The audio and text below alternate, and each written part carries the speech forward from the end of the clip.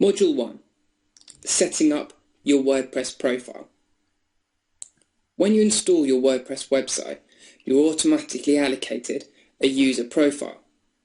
This is for various different reasons, whether it be to display information on your posts as to who the author has been, or to display information on who the creative behind the website is. Your WordPress website has the capability to have many different users, so that you can have various contributors to your website as well. There's two different ways to access your user profile, either via your toolbar here. We can hover and click Edit My Profile. Alternatively, to control all the users, we can go into our navigation on the left hand side, click All Users, and select the user that we want to edit.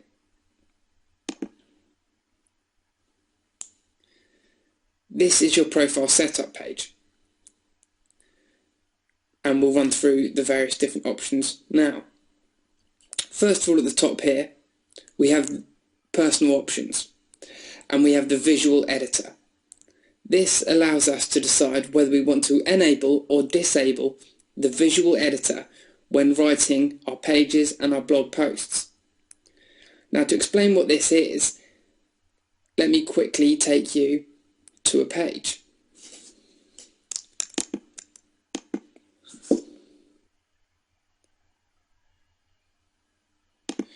Now, when we have a page, we've got this area here to add our content and information that we'd like to be displayed on that page or post.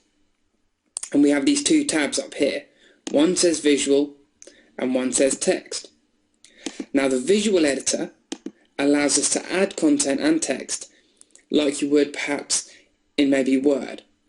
So it's very straightforward and simple, adding normal text.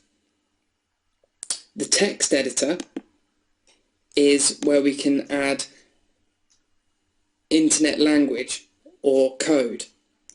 So for more advanced users that don't want to see their visual editor, sometimes because this can actually slightly change the code, they may want to only write in script and in code, and therefore they'll disable the visual editor. It's my advice to you, if you are a beginner and you're not a web developer and not a programmer, to always work in the visual unless you're adding specific snippets of code, and therefore always to leave this box unchecked. If we check the box, we come back to our page and refresh.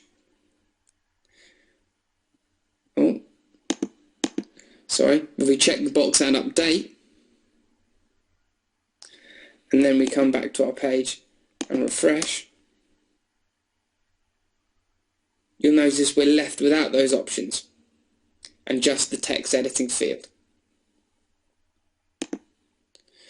So my advice is leave that unchecked.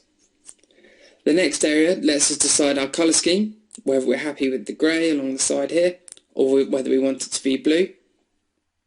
Then we have our keyboard shortcuts. Now, what this is mainly set up for is if you have a blog or a website that's receiving an awful lot of comments that you have to approve and go through very quickly, then by enabling these keyboard shortcuts with just one key, you can actually dictate actions for those comments.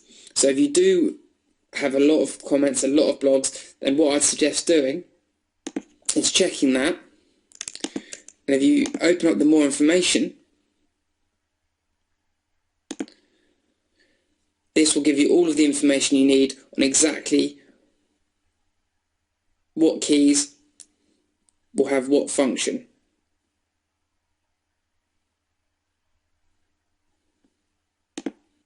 I personally usually leave it unchecked because it's not a function that I use. This option here is dictating whether we have the toolbar on or off when we're viewing our website. So it has been covered in a previous video, but up at the top here we have the WordPress toolbar, which allows us to quickly navigate our website and add quick actions to our pages and posts. If you don't want to see that when you're visiting the front end of your website, check that box and that toolbar will disappear. Next we have our personal settings. Now before we go into this, it's worth mentioning that any information that you put into these fields can be made available online, may be visible on your website. So don't input any information on here you don't want to be easily discoverable on the front end of your site. Now, if like me, you set up your username as admin, what I'd actually suggest you do is create a new profile with a username that's more personal to yourself.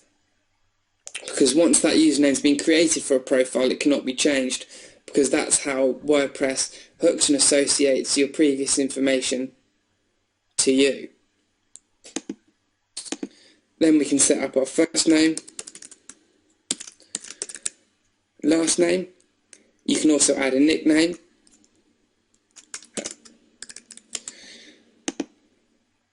Then what we can dictate is how we're displayed publicly. So on our blog posts, where it says who the author is, for instance, you can say, I want it to be Stuart or Stuart Ross, or you can set your nickname. This can be dictated here. Then your contact information. Always use a real email address, because this is how WordPress keeps you updated with information about your website regarding comments, posts, things like that. It also will be the default email address if you install a contact form onto your website. It will be the default email address used to supply information through from your contact form. You can also add your websites and your different profiles on here in terms of allowing people to get in touch with you. I don't know why they don't have Facebook and Twitter and probably the more popular forums. I can't answer that one.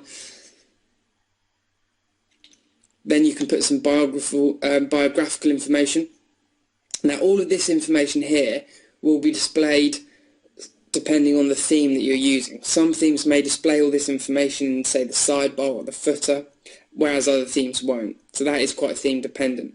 But it's worth, for poor reasons, adding that information in.